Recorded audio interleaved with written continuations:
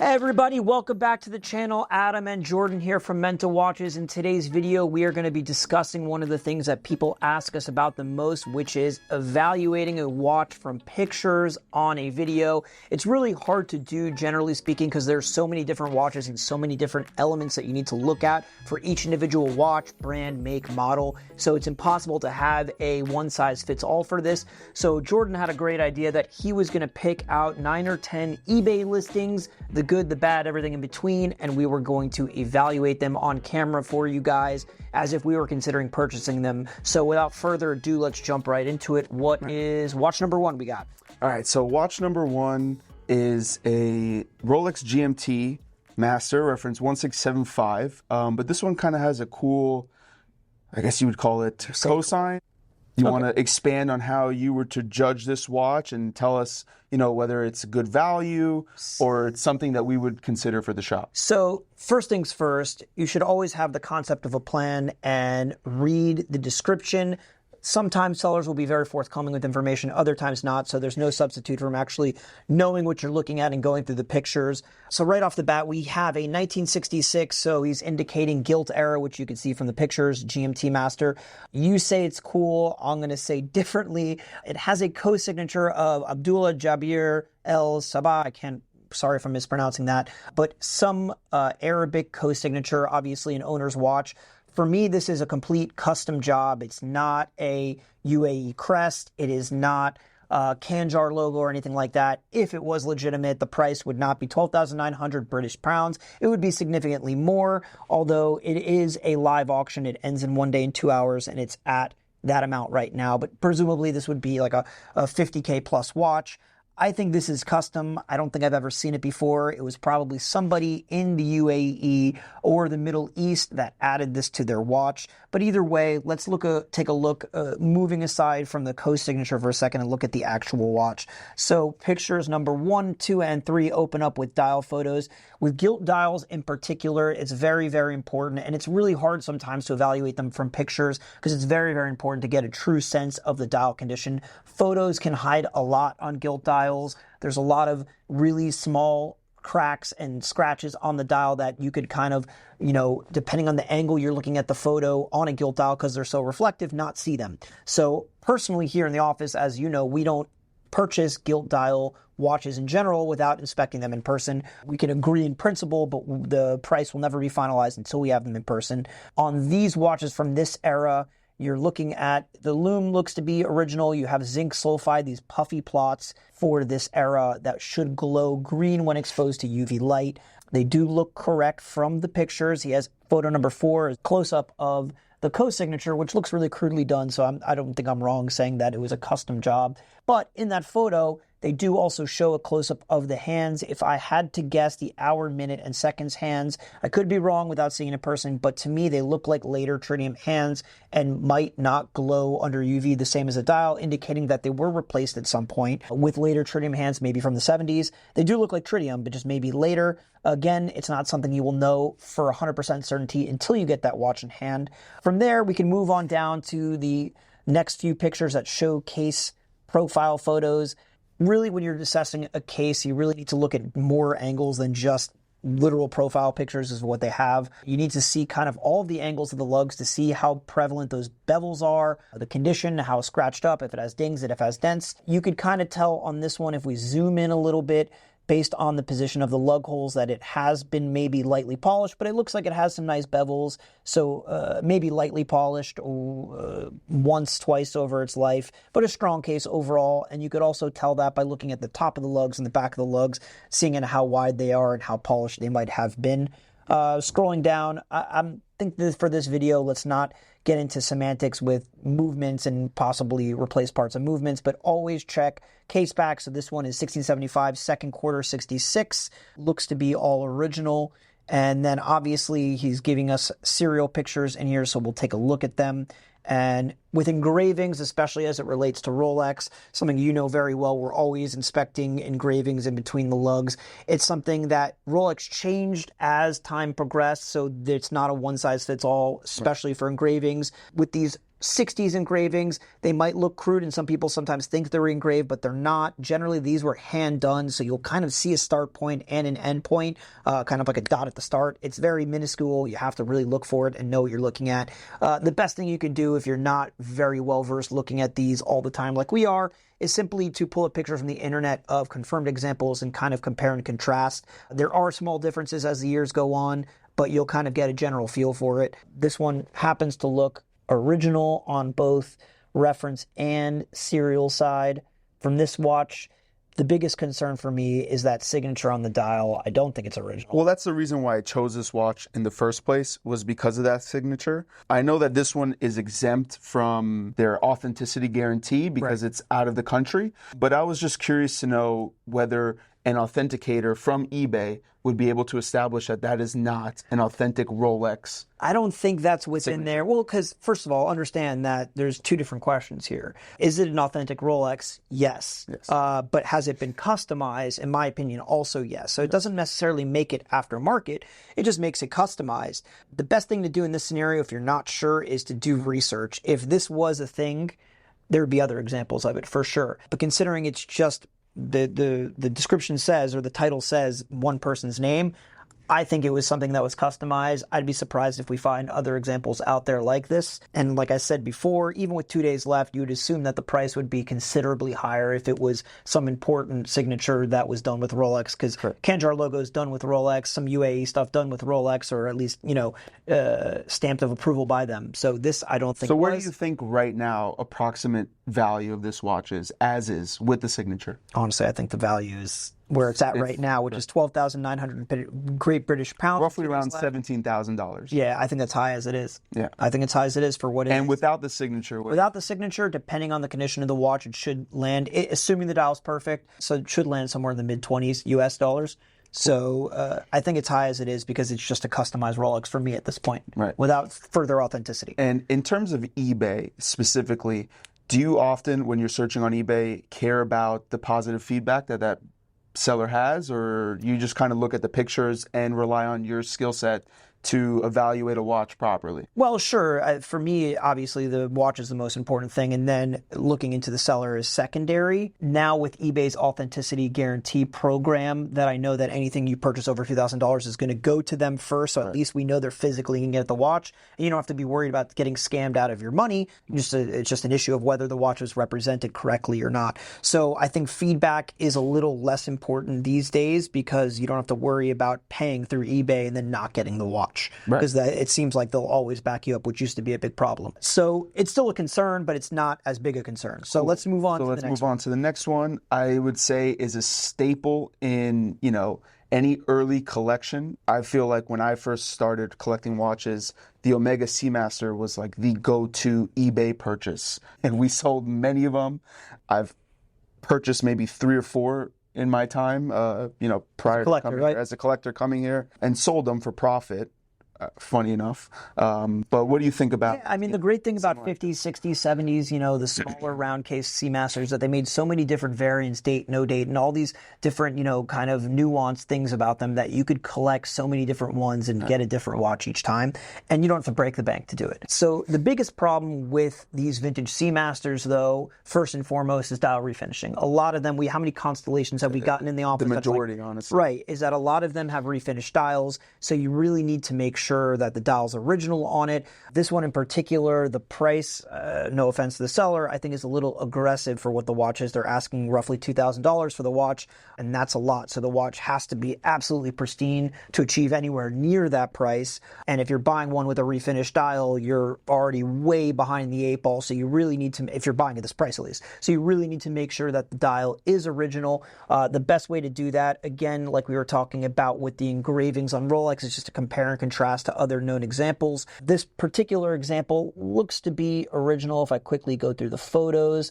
But there were a lot of good refinishers out there back in the day, in the 60s, 70s, 80s, and these were relatively inexpensive watches, especially when new, so it was very common to have these dials refinished by a watchmaker once it got damaged. I mean, even up to 10 years ago, these watches were very inexpensive. Yeah, you get when I were buying them, it was couple $100 $150 to $300. You'd get a nice one for $500. Yeah. Moving on from there, obviously always taking a look at the case condition, making sure it's not over polished, which generally you could understand by looking at the definition of the lugs, how rounded they are, how thin the metal is. If it was polished a lot, you'll see it get really thin. Looking at the underside of the watch to see how rounded it should be, sharp underneath as the lugs go onto the middle side of the case. Looking at the case back on Omegas, because they had those notches on the outside of the case back, and especially with Speedmasters as well, the tool that you use to open these often slipped and would scratch the hell out of the case back. So always taking a look to make sure these case backs are not too scuffed up. This one happens. It has service papers. Oh, it has service papers. Now, I thought it had a box of papers, which might justify the price. But no. Yeah, overall, this looks like a nice condition watch. There's also really great resources out there for these vintage Omegas, the Omega forums, and a whole group of people who are absolutely dedicated to these watches. So if you're not sure, head on over there and post on the forum to try to get some more information. But overall, for the Seamasters in particular, like I said, the most important thing, first and foremost, has to be checking whether to see the dials refinished. All right, so moving along. What do we got next? We have a vintage AP Royal Oak. Okay, cool. So this is a reference 14790, so a 1990s model that is 37 millimeters, so it's right under the jumbo. It's very, very popular. A lot of times you don't really need to worry as much about dial refinishing on these because it just didn't happen that often. Maybe I've seen one in my lifetime that actually had a refinished watch. Or service dials more than refinished. Good. That's a great point, because that's what I was literally just going to say. Make sure that it's not a service dial more so than a refinished dial, and also make sure they're not service hands. This example looks to be original with original hands, and usually the service hands are a little bit thicker, and you'll see that the lume is a different color. On these, you don't really see like you do with Rolex, where you don't really see a lot where the lume on the dial and the hands do not match. They often, or more times than often, do match. So you could also just strictly look at the thickness compared to other examples, and you see that service hands are a little bit thicker than regular hands. But for me, the most important thing on these, obviously dial condition, making sure it's not too peeled, because these tapisserie dials peel very easily. Sometimes on earlier Royal Oaks like the 5402, it gets this beautiful tropical appearance. On other later models, it doesn't look as attractive. But more important than that for me is the case condition, because these got polished a lot, especially being this one in yellow gold, precious metal, which is very, very malleable. You need to look at the case condition to see how much it was polished, if ever at all, and also the stretch on the bracelet, because once these bracelets are stretched out, there's really no going back from it. You cannot really easily fix that. Well, the polishing on Royal Oaks always is more of a big deal because it's one of the hardest watches to polish, and it takes a true expert to make it look as it did from the factory. Right, to add those like very faceted bevels. Right. So this seller doesn't really give us a lot of photos of the case condition, but you could tell from picture number one how rounded the bezel is. Look at the top. And the screws. Yeah, the bezel is literally about to run into the screws. That's how you can tell it's been a little over polished, and you can see straight away on the edge of the lugs, you don't see those really clearly defined bevels like you did from factory, leading me to believe that this has been polished more than once, pretty aggressively. And I would venture to say that most likely when that's the case, the watch was worn pretty heavy and you're going to see some bracelet stretch. It doesn't look to be overwhelming in these photos, because he does show us a picture of the bracelet where the actual clasp doesn't look too polished, because the AP logo that is looks clear. Yeah, it looks clear. Usually would get worn down. Usually on these AP bands though, you can see through the center links how worn they are, and it'll give you an idea as to the stretch if the seller doesn't give you a stretch pick. This one doesn't look so bad, so for me I think it was just a very hard worn watch and polished a little. So at $33,500, buy it now. Where would you be comfortable making an offer to stock this? Well, we would need to get that case refinished and by somebody who's going to charge us a fortune, because they need to do it absolutely very, very carefully. I think the market value for this watch in excellent condition is probably right around there. So we would need to buy it probably in the low to mid 20s, factoring in a couple grand that's going to take for restoration and pray it comes out right, to then hopefully sell it in that low 30 range. We just sold a 14700, which is the same watch, essentially just transitional, for around the same price, and it was in excellent condition. And that's a more rare watch. Correct. So I think we would need to purchase this if we were ever going to make an offer on it in that like 22 to 24 range. Cool.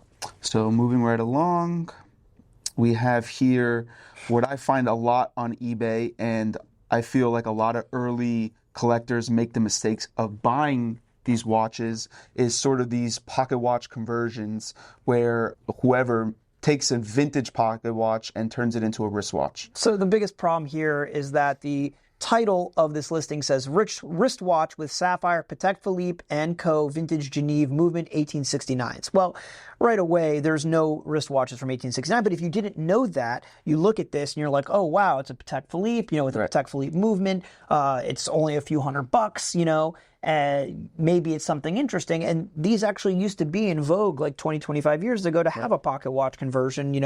They're massive. So the first giveaway, obviously, is that, it's cathedral hands. It's clearly a pocket watch. But again, you really have to know what you're looking at. So with these, anybody who's ever considering, read the description, make sure you know that you're buying a wristwatch. 45 millimeters in the 1869, not even in 1920, 1930, 1940 was there a 45 millimeter Patek. So really take a look. Obviously, all Patek Philippe wristwatches have a case back, especially from the era, if you're talking about through like the 60s and 70s, have a solid case back, so you wouldn't see a display back like this one has, would have a serial number on the movement and on the inside of the case back, which are two different numbers, case movement, serial number.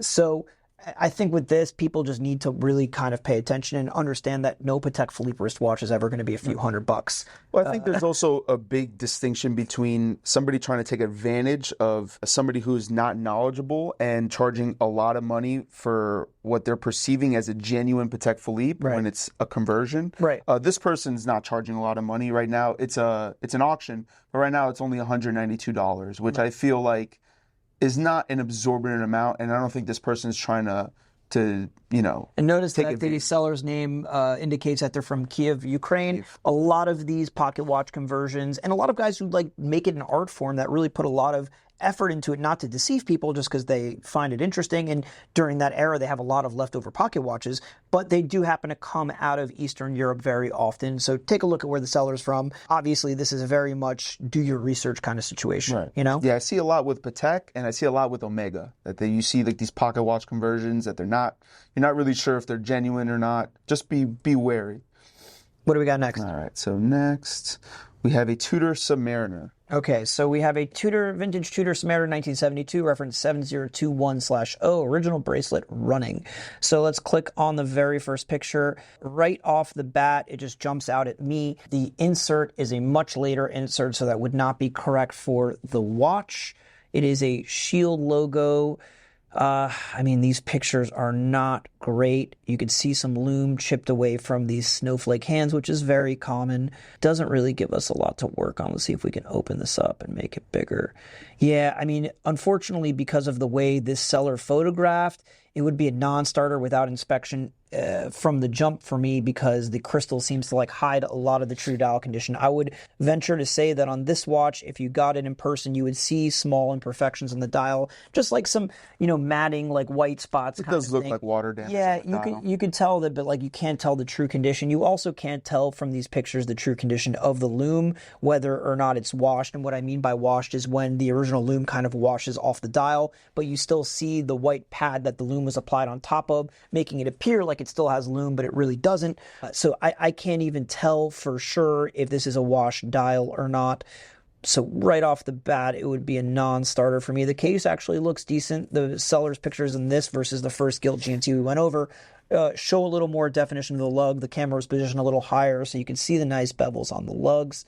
Scrolling through, it has a Rolex bracelet, which has, I can't even see, 580 end links, so it's probably a later 93150 bracelet, which wouldn't be correct for this era. This watch would have came with a 9315 or a Tudor 9315. Second quarter 72 case back, which looks fine. For me, at a price of $7,000 or best offer, you're really going to need better photos to work off of, because the watch right off the bat has issues that are visible and probably issues that are not as apparent unless you get to see the watch in person. So before you even get there, I think you really need to make sure that whoever you're buying a watch from sends you as clear pictures as humanly possible, so that you're comfortable making the purchase, knowing everything about the watch and seeing the watch from any angle that you might feel comfortable seeing it at to make an informed purchase. So in order for us to make an offer, essentially we would need to request for more pictures. Absolutely. Not even a question. And based off of what you see right now, where would you make an offer. I mean, I wouldn't. I really wouldn't. I would need a lot more information to even confirm that that dial is correct for that case. But let's assume everything was gravy and the watch was good. It's a black date snowflake in good condition. These will retail for right around $8,000. Blue a little bit more. Blue dials are a little bit more popular. So he's asking 7 or best offer, which is an indication of the condition of the watch and the originality of the watch. We know right off the bat that the bezel and bracelet are later. So, you know, this is probably a watch, and again, it might not even be something we buy, because if the lume is washed like it might be, it wouldn't even be for us, period, that you would probably need to buy in that like $500 to $5,500 range, you know? All right, cool. So let's go to the next one. Here is a vintage Rolex Submariner with a gilt dial. Okay. So much of the same conversation that we had with the GMT. Gilt dials are notoriously difficult to buy from photos, and you really need to inspect them in person to get the true sense of what the dial is. This is a perfect example because while we don't have millions of photos, you can see right off the bat from the first 2 front photos, if you zoom in, how cracked the lacquer on the dial is, giving it that kind of webbed appearance, you know, with a little bit of, you know, tropical aging to it. These gilt dials from factory were applied with a thin layer of lacquer, giving it that mirror-like gloss appearance, and they would age and crack over time. Some are obviously more well-preserved than others. This one doesn't seem to be so well preserved, obviously. You can see also very strong lume degradation around the entire dial. Even the plots that still appear to have some lume left, they've been kind of shaved off. They should be round puffy plots, just like that first gilt GMT we looked at. It's the same era of lume, and it would be the same zinc sulfide lume and consistency. You can also see right off the bat on the dial, a lot of the hash marks around the edge of the dial are kind of worn off. They're gilt dials, so they'd still be there. They're not going to completely flake off the dial, but they're just not as visible and prevalent. And obviously right off the bat, we see again that the hands are a completely different shade than the dial. The lume is completely a different consistency and shape and texture, leading me to believe, just like the gilt GMT, that these are probably later tritium hands that were replaced in a service in the 1970s or possibly 1980s as well. This watch would have a long 5 insert. If you don't know what that is, just Google it or we'll put it up on the screen here. This is a much later service insert from like the 80s or 90s, maybe not even to this reference. So right off the bat, we know that the insert and hands were replaced. Yes, yeah, it says 5513 Luminova insert. So, I mean, at least he's acknowledging that that insert was replaced at some point. The case looks to be pretty worn as you go through the pictures, see all the wear to the case back and the back of the lugs. You can even see on the inside of the lugs a lot of wear. It kind of almost looks like chew marks from a dog toy. I would be concerned. What is that, rust? Yeah, it could be rust. It could be pitting. Could just be heavy wear. Somebody swam a lot with the watch and the metal slowly deteriorated. The case looks thick, so it doesn't necessarily mean it was like over polished or anything like that. It was just, this was a tool watch that was really, really worn. You know, the guy even writes in that title, true tool. So, I mean, this is very much, do you like the look? Are you okay with the condition problems? It wouldn't be something for us to retail on the website or on Instagram or on the store or anything like that. But it's a gilt dial 5513 with some replacement parts, but an original gilt dial for $10,650. I don't think that's such a crazy price if somebody just wants the look. For somebody who likes the look for a gilt dial. Yeah. I know it's completely destroyed and it has some questionable parts, but yeah. Well, they're not questionable parts. They're just replacement parts. They're service parts. They're just not original to the watch. Right. You know? So, yeah, I think, an all original, really nice condition on original bracelet, 5513 gilt dial is going to run you $25,000 to $30,000 for a really nice one. Yeah. So somebody paying almost a third of that for, a very weathered one that they could wear and enjoy and continue to go swimming and beat the crap out of, then I don't really see a problem with the price. Just the condition's not for us. Kind of thing. All right, so moving right along, we have a vintage Rolex chronograph. That's a cool watch. This is a cool watch. Good on you for picking that one out. So we have a circa 1936 reference 2705 vintage Rolex Pre-Daytona, they call it chronograph. This is pre-Daytona. Co-signed by Astro, which is a retailer, I believe, out of Italy. I think Astro was Italy. Never heard of them.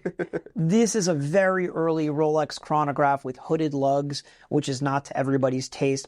You don't really have to worry as much on these about case condition, but because of the structure of the case and the hooded lugs, they weren't polished very often. I've never seen a hooded lug watch that was like destroyed from polishing. So case really isn't the concern here. I would presume to say that the crown right off the bat, the winding crown has been replaced. Not as big of a concern for me, but it doesn't look to be the right thickness as what original crown should be on this watch. But it's an old watch. It's a watch from the 30s. That's the least concerning thing to me. If you go right away, jump straight to the picture of the back of the watch, that's pretty much the main thing for me in terms of case condition.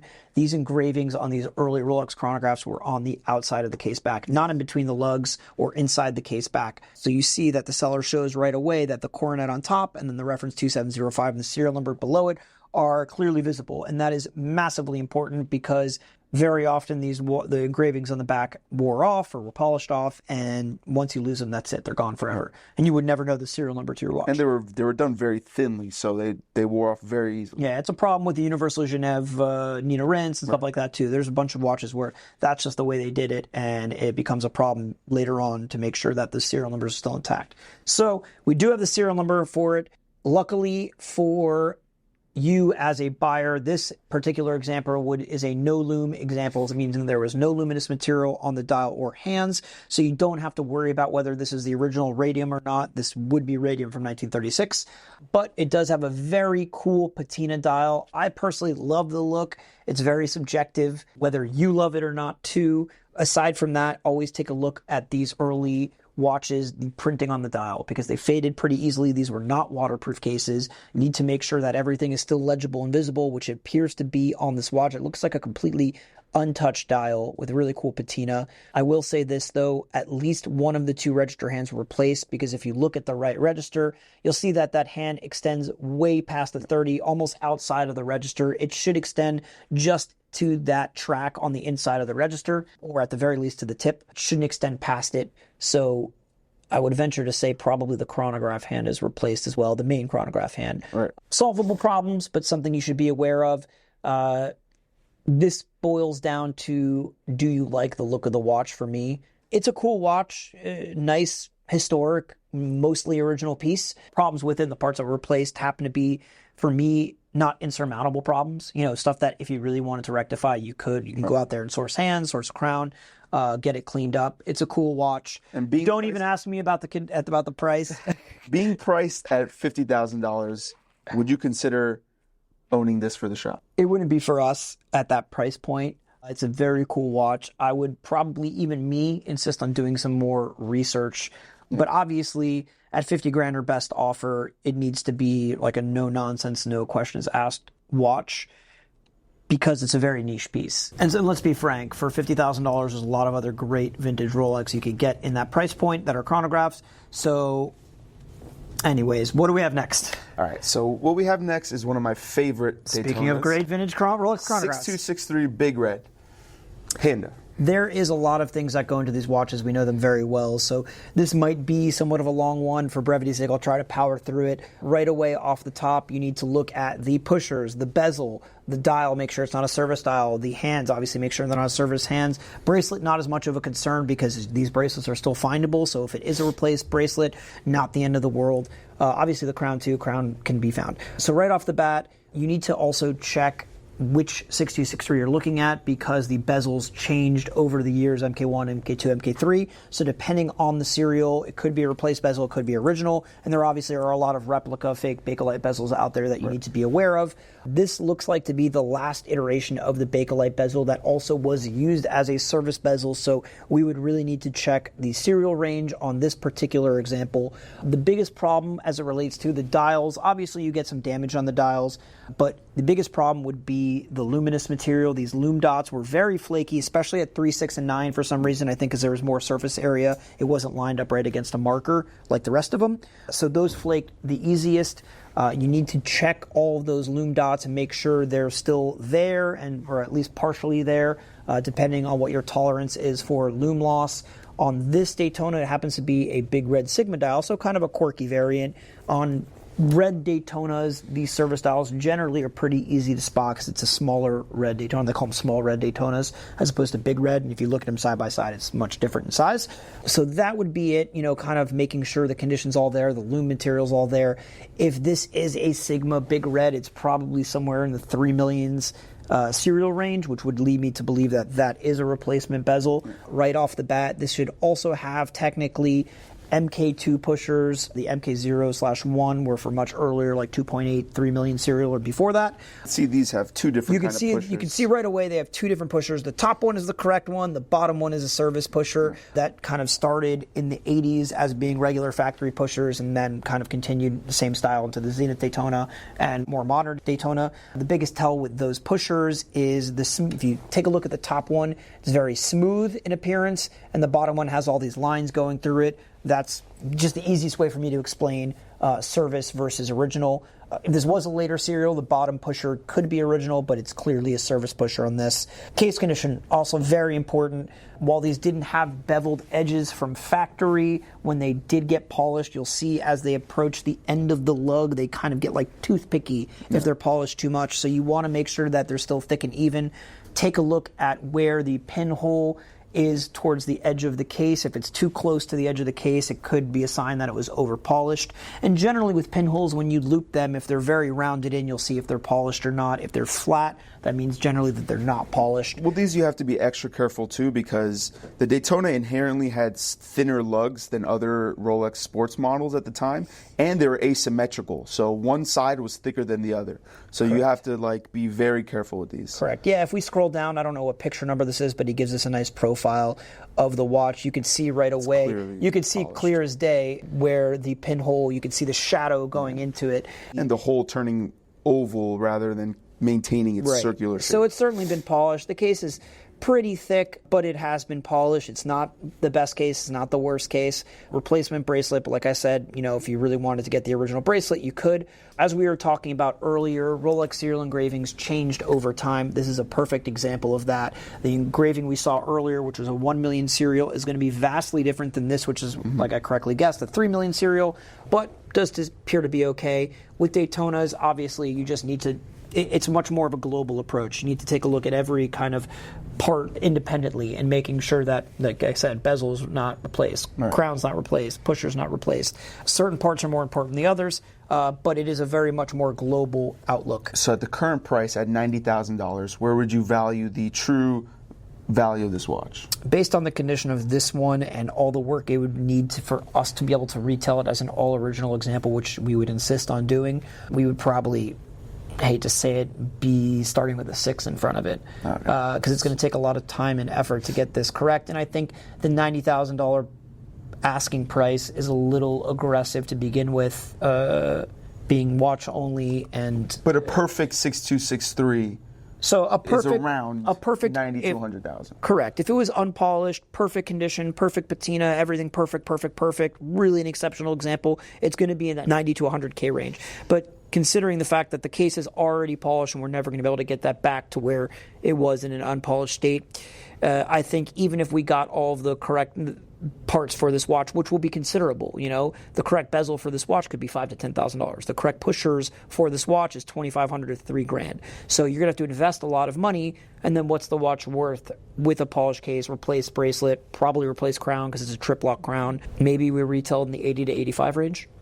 So after doing all that work. So the seller's a bit ambitious. A little ambitious, a little ambitious. All right, so moving right along, we have here one of your favorites, Movado M95 chronograph with a gilt dial. Oh, I love these watches. So this is a 1960s era Movado M95 chronograph. It actually happens to be a very rare variant because it is a gilt dial. Gilting is the process in which the dials were made, where there's a gilt layer underneath and then they lacquered on top. It has a Movado applied logo, has the correct squiggly hands, which everybody loves and you have to look for right away on a lot of these, although not every generation had them. This era from the 60s certainly did. So these had two squigglies and one straight hand? Correct. That's absolutely correct. You need to look at the crown and pushers for these. Sometimes they were replaced, but generally not as big of a problem. Luckily, a lot of these cases were not polished, so a lot of them remain sharp as this one does. Then it boils down to dial and lume as always. Listen, it's not a perfect example with a perfect 10 out of 10 dial. It's got a cool look to it. And it's a very, very rare watch. So it's a matter of subjectively, can you live with this look on a watch that you really can't find very often? I think it's a cool look. Other people might not agree. Lume seems to be pretty much all present. Maybe one lume dot missing, which I think is pretty good for an M95. Lume still present in the hands. Appears to be the original tritium all the way around. No marks in the registers, which would kind of stand out. Very light, nothing major. It's a really nice, honest watch. I like this watch. So here's my question to you: is how much will we pay for it? No, well, that's coming up. But would you consider that a tropical dial? No, not a tropical dial. I would just say it has nice patina, and it's aged, but not really a tropical dial. But cool watch, really rare watch. I love vintage Movado chronographs. Absolutely adore them. Now the value. And the value, he's asking $7,250, which I don't think is like such a crazy price. Even in this current condition, even in the dial current, being a little bit damaged, a perfect example quote unquote, of that. tropical. A perfect example of a gilt 1960s Movado M95 chronograph will run you $10,000 to $12,000, maybe even a little bit more because they're just so hard to find. Right. It does have a very unique look. It is very aged and it is worn, but it is an all original piece.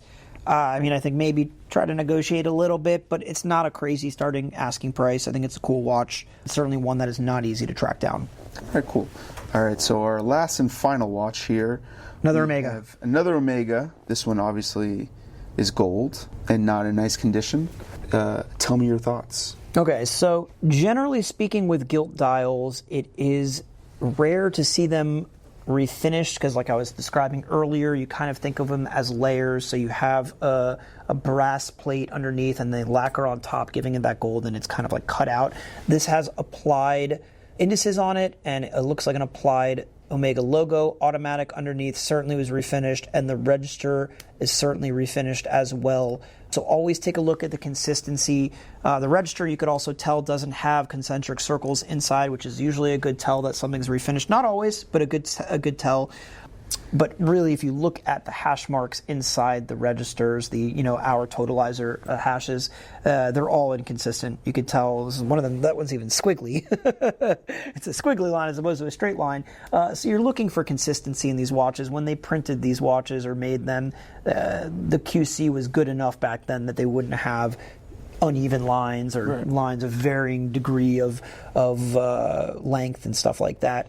So for my eye, this is a refinished gilt dial. So that means they probably lacquered over the entire thing and then printed again on top. And with a gilt dial, it's never exactly print. It's a layer underneath. So it's kind of stands out when they are refinished. For me, this watch, again, case has been polished. It's a gold case. They're malleable. Crown has for sure been replaced. You can see it doesn't even sit flush with the case. And it's not the correct style for that watch.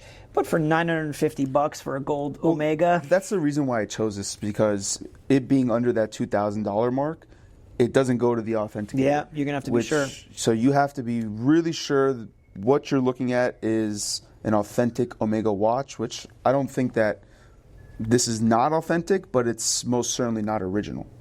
I love how he shows us a caliper readout.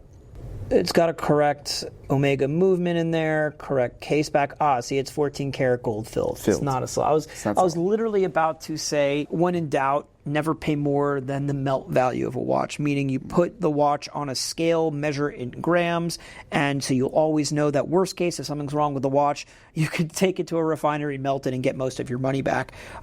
Wouldn't be the case with this as much because it's 14 karat gold filled, not solid gold.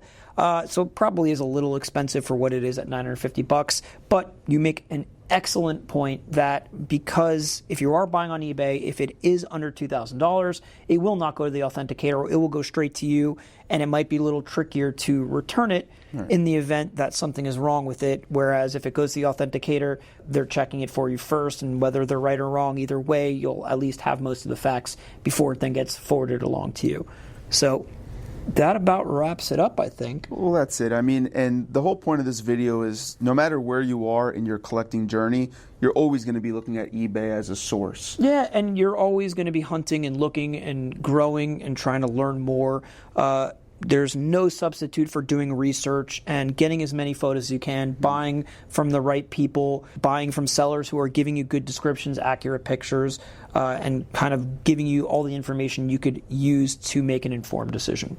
Guys, thank you so much for watching. As always, if you like this video, let us know in the comments below so we could try to do more like them. And we'll see you guys on the next video. Thanks. Bye. Most importantly, we want to know what Lunar Oyster thinks. What do you think about buying on eBay, kind sir? Tell us your thoughts. I don't buy on eBay anymore. I have time for it. Do not put me in this video. Oh, you're going in the video. He's going in the video. You'll see him in the video.